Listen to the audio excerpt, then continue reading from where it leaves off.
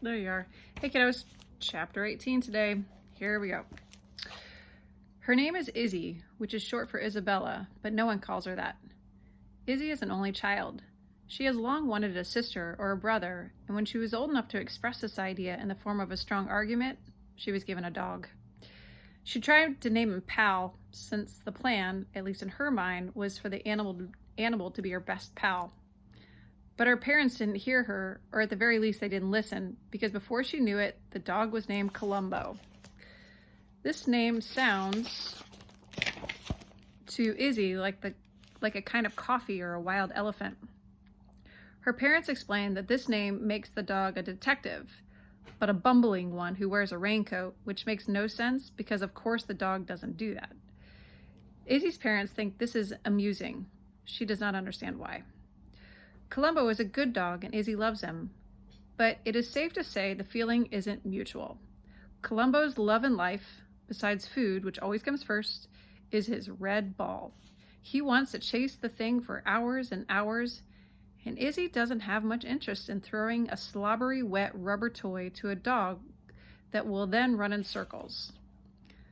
This leaves Izzy to sometimes feel even lonelier about not having a brother and sister than before she got the dog. And this is also because her parents spend a lot of time now on Columbo. Columbo demands that. He wants someone to throw him the red ball 24 hours a day, which of course is not possible. On top of that, he gets his hair all over the furniture, which requires a lot of cleaning. And according to her parents, he can't be trusted. What they mean by this isn't that Columbo can't keep a secret. What they mean is that if food is anywhere within his reach, he will eat it. If you turn your back, Columbo will jump up onto the counter and bring down a plate of cookies. With one gulp, he can easily swallow a whole stick of butter. He has found a way to consume an entire bag of bagels and a 2-pound box of chocolate that came all the way from France. Dogs are supposed to be allergic to chocolate, but not Columbo. The dog is, according to Izzy's grandma, a villain, but no one in the house really thinks of him this way. Although they do all admit that Columbo has successfully resisted a lot of training, which is why he sleeps in the crate in the kitchen at night. But it's a dog kennel, and it's supposed to make him feel secure. While Columbo has not turned out to be the pal Izzy hoped for, it doesn't mean that she has given up the idea of a close friend in her home that is a pet. She just knows the dog isn't the answer. It is a Saturday, and that means that the regular routine of getting dressed, eating breakfast, and hurrying for the school bus can be ignored. On the weekends, Izzy's parents get up when they want to, and it is anyone's guess who will wander first into the kitchen and release Columbo from his sleeping crate. The dog is always immediately put outside to do his business, as her mother calls it. Izzy finds the whole idea of a dog doing business amusing. She can imagine Columbo putting on some kind of uniform and attaching a name tag. She sees him talking on a cell phone using a headset, the way her parents do even after they get home from work. She likes the idea of the dog sitting at a computer pretending to do business, but actually watching funny videos of other dogs. Maybe Columbo would work in marketing. He loves anything that comes into the house in a brown paper bag. But then again, marketing, which is her father's job, doesn't have anything to do with a grocery store. When she was little, she believed that her father went shopping every day and that someone paid him to do this. She was disappointed to learn he worked in a tall building downtown and that the marketing he did was for a bank. Izzy's mother also has a job that is hard to understand. She is a chemical engineer. Engineers are people who know how to build things so that they won't fall apart. Izzy knows that math is behind the stuff they do. At least that's how it has been explained to her. So, for a long time, Izzy thought that her mom told people what amount of chemical barrels were needed to construct buildings. Izzy didn't understand why anyone would want to make a tall building out of chemical barrels, but she didn't say anything. Then she discovered that that wasn't what her mom was doing.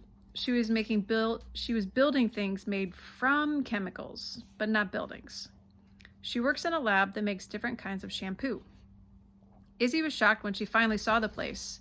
It looked like a kitchen for scientists. Now as Izzy opens her eyes and raises her arms and stretches, the house is just coming to life. She hears the door open and close to the outside. The young girl kicks off her covers and scrunches up her nose several times, which is how she always starts her day. Then she decides that something in the room is different. She senses it. Then she hears it. Izzy stays still and holds her breath. There is a very low sound that she doesn't recognize. She keeps the air in her lungs and continues to listen. The sound is so soft, it is almost impossible to hear. It sounds like the lightest snoring in the world. And then a second thing hits her. There is a new smell in the room. Izzy shuts her eyes to concentrate. The odor reminds her of something. It's the smell of her thick wool sweater when it gets wet. Didn't her mom say that smell is like a sheep in the rain? It is a wild animal odor. Didn't they both laugh at that? But there is not a sheep in her room. And there is not a wet wool sweater. Being as quiet as possible, Izzy rolls over onto her right hip. She stares out the window to the hedge in the yard and then shifts her focus back inside her room. She sees her large pile of stuffed animals alongside her bed. Izzy knows this collection well. She's too old to play with these things, or at least she acts like she is if anyone else is in the room. But she still has a soft spot for all of the toys. Now, as she stares at the mound, she suddenly feels as if her heart has stopped. Because right there in the center of the mound is something that she's never seen before.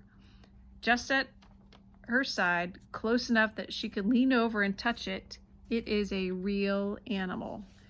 The furry creature has on a bonnet that belongs to an old doll, the blue raincoat from her Paddington Bear, and the black boots from her circus monkey. But even dressed this way, there is no mistaking that this animal is alive and asleep and insanely cute. Izzy works hard to keep breathing. How did the little animal get in her room, and why is it sleeping next to her bed? How did it come to be dressed in her toy's clothes? She isn't sure what she should do. Is this some kind of surprise? Did her parents finally understand that Columbo hasn't turned out to be a pal? Is this her real, true pal?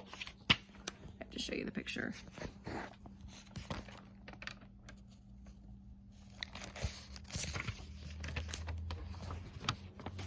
And then she looks more intently at the small furry face and realizes she knows this creature.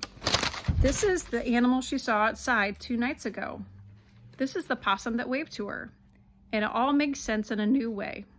The possum has come to be with her. Izzy's first instinct is to go tell her parents. Yet something holds her back. Hadn't her mother seen a small mouse in the garage a few months ago and run in a full-blown panic? Didn't a barrel-chested man named Stouffer come to the house and plug all kinds of holes with pieces of steel wool? Stouffer spoke about rodents and disease, and Izzy's mother was so worried she took notes. Sounds can be heard in the kitchen. Izzy's mother is awake, her father too, but the possum does not wake. The possum is really sound asleep. Izzy takes a moment to think. The important thing for now is to keep Columbo out of her room. She feels certain that the dog will be nothing but trouble around her sweet, slumbering friend. So Izzy slides silently out of bed. She grabs her favorite blue sweatshirt, which is slung over the back of the chair by the window, and she heads for the door. Before she leaves her room, she turns to look over her shoulder. An adorable possum with a fuzzy white face, long whiskers, and a bright pink nose is sleeping with her stuffed animals. And it is the greatest thing that has ever happened to her.